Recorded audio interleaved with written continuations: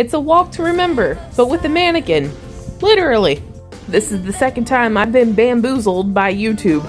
So my new favorite game is to go on YouTube under the free movies with ads and click on one of the posters, because on my TV it doesn't give me any kind of description about these movies. So I just pick one that looks generally Y2K or early 2000s and I click on it. The first one was about the magic crab that made Buffy the Vampire Slayer fall in love.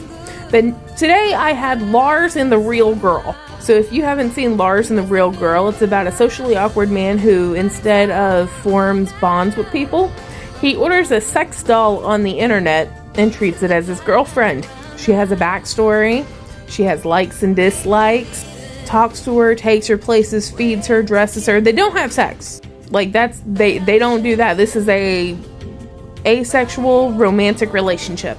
So while all this is going on, Lars's brother and sister-in-law talk him into taking her to a doctor for whatever reason. And while the doctor is pretending to treat Bianca, who's the sex doll, she's actually counseling him because she's also a psychologist, and she's trying to help him work through whatever he's going through into thinking that Bianca's alive. And then you got the whole town getting involved, which is so sweet, let me tell you.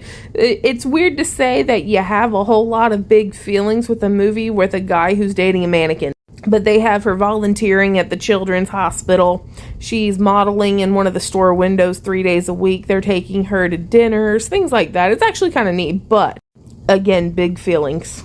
And then you kind of see him like coming out of his shell, and then he wants to date this girl at the office and he takes her bowling. And I find myself getting visibly upset thinking he is going to cheat on his mannequin girlfriend with this girl. 75 minutes into this movie, I am emotionally invested in their relationship, and they're having some hardships, and I'm worried they're going to break up. And I hate to spoil the ending, but Bianca dies. The mannequin dies.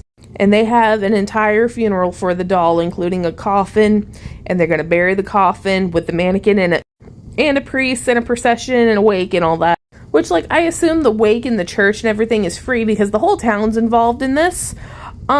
But who paid for the coffin and the burial plot? Because there's a whole subplot where Lars asks Bianca to marry him and Bianca says no. So she's not on his insurance, which means somebody had to pay for the coffin and the burial plot outright. At this point, if you're still not following, all I can say is go into this with the same level of acceptance you have for Rhaenyra and Daemon on House of the Dragon. You gotta keep telling yourself it's fictional. Also, I hope Ryan Gosling never grows another mustache. I love you too.